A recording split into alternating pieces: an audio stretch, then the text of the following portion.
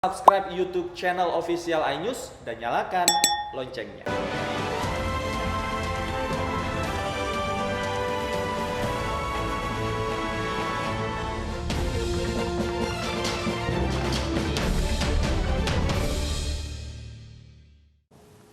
Pemirsa, Presiden Joko Widodo meresmikan Bandara Toraja di Kabupaten Tanah Toraja. Pemerintah membangun Bandara Toraja untuk mendorong konektivitas dan pariwisata setempat. Pembangunan Bandara Toraja di Kabupaten Tanah Toraja menelan anggaran 800 miliar rupiah. Pembangunan memiliki tantangan dan keunikan karena memangkas 3 bukit untuk membangun landasan pacu bandara. Kehadiran bandara diharapkan memberi kemudahan bagi masyarakat sekitar untuk bepergian. Pelaksana tugas dan prasasti. Akhirnya hari ini bisa kita resmikan dan sudah beroperasi. Kita patut bersyukur, alhamdulillah. Saya tadi tanya Pak Menteri, habisnya berapa? Ini bandara 800-an miliar. Karena harus memotong 3 bukit dipotong. Pemerintah mengklaim penerima kartu prakerja terdistribusi secara merata dan proporsional di 514 kabupaten dan kota dari 34 provinsi di Indonesia. Penerima terbanyak berada di 3 provinsi, yakni Jawa Barat, Jawa Timur, dan DKI Jakarta. Menko Bidang Perekonomian Erlangga Hartarto menilai beragam materi yang disediakan secara online sangat berguna bagi peserta program Kartu Prakerja. Beberapa materi yang banyak diakses peserta diantaranya pelatihan pemasaran digital, keahlian IT, terutama web, dan pelatihan entrepreneurs. Materi-materi yang diberikan dinilai relevan dengan kebutuhan di era digital. Erlangga memastikan di tahun 2021 sudah dibuka 3 gelombang atau 1,8 juta orang peserta. Diharapkan di kuartal pertama tahun 2021 target 2,7 juta orang akan segera selesai dalam 2 minggu ke depan. Ekosistem Kartu Prakerja melibatkan 7 platform digital, 5 lembaga pembayaran, 165 lembaga pelatihan, dan 1.700 jenis pelatihan. Dari tahun 2021 sudah dibuka 3 gelombang atau 1,8 juta orang, dan secara kumulatif tentu kita berharap di bulan kuartal pertama ini targetnya 2,7 juta yang akan diselesaikan dalam 2 minggu ke depan. Nah, ekosistem ini ada 7 platform digital dan 5 platform pembayaran, dan melibatkan 165 lembaga pelatihan dan jenis pelatihannya sebanyak 1.700 pelatihan. Menteri Sosial Tri Risma hari ini mengaku telah melakukan evaluasi data penerima program bantuan sosial dari pemerintah. Bantuan yang dievaluasi mencakup program pangan non-tunai atau BPNT, program Keluarga Harapan PKH, dan Bansos Tunai atau BST.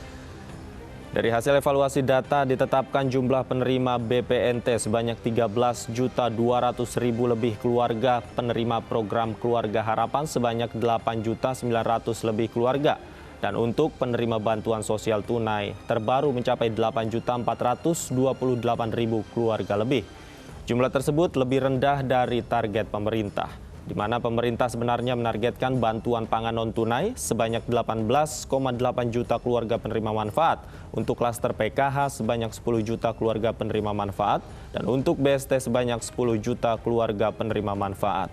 Menurut Risma, pemutakhiran data harus terus dilakukan mengingat masih banyak suku-suku terpencil di kawasan Sumatera, Kalimantan, dan Papua yang belum tersentuh. Kami diizinkan untuk memenuhi sesuai target.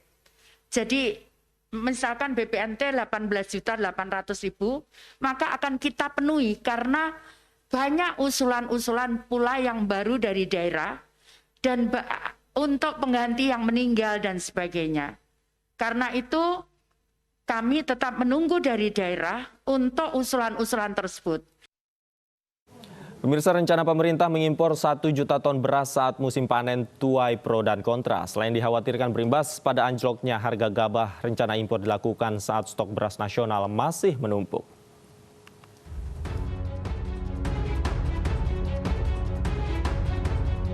Wacana pemerintah membuka keran impor saat musim panen di tanah air dikeluhkan para petani, lantaran berimbas pada anjloknya harga gabah. Namun, menurut Menteri Perdagangan, kebijakan impor beras ini bukan untuk menjatuhkan harga di petani, melainkan untuk menjaga pasokan beras dan menjaga stabilitas harga. Tetapi saya sebagai Kementerian Perdagangan mesti memastikan kita ini punya strategi. Tidak boleh pemerintah ini didikte oleh pedagang, gitu loh. Tidak boleh pemerintah di corner, dipojokkan oleh pedagang. Kita mesti mempunyai strateginya. Dan strategi itu selalu saya bilang bahwa ini bagian daripada strategi untuk memastikan harga stabil. Bukan ingin menghancurkan harga petani, tidak. Sementara itu, Direktur Utama Bulog Budi Waseso mengatakan, rencana pemerintah untuk impor beras 1 juta ton pada tahun ini belum tentu dilaksanakan. Bulog masih akan mengutamakan penyerapan beras dalam negeri. Terlebih, masa disisa impor beras pada Maret tahun lalu hingga 900.000 ton. Memang saya sendiri sudah menghadap ke Rakortas itu memang tidak ada putusan untuk impor, Pak. Rakortas itu tidak ada putusan untuk impor, Pak. Sisa beras impor kami pada saat kami laporkan bulan Maret, Pak, Maret tahun lalu, itu 900.000 ton, Pak. Sisa impor dari 1,7 sekian juta itu, Pak. Itu beras impor, Pak. Jadi sudah menaun, Pak. Dan kondisinya masih pada masih layak pakai, tapi harus di-mix, Pak.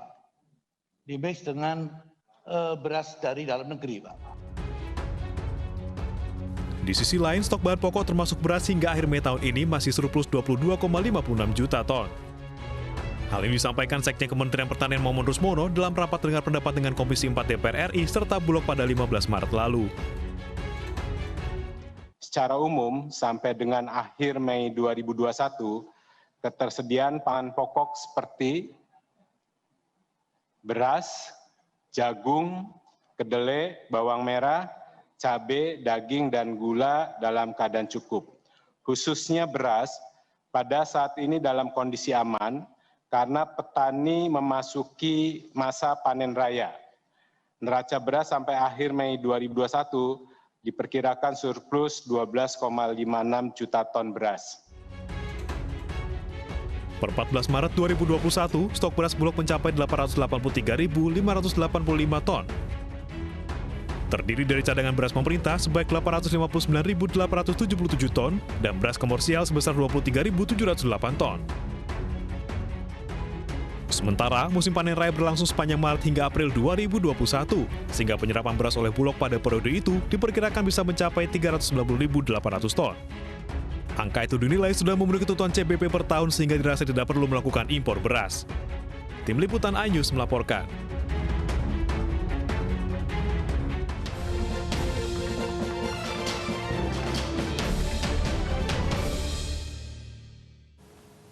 Badan Bulu Tangkis Dunia atau BWF dan Kementerian Kesehatan Inggris meminta tim Indonesia isolasi mandiri. Kami segera kembali, tetaplah di iNews Pagi.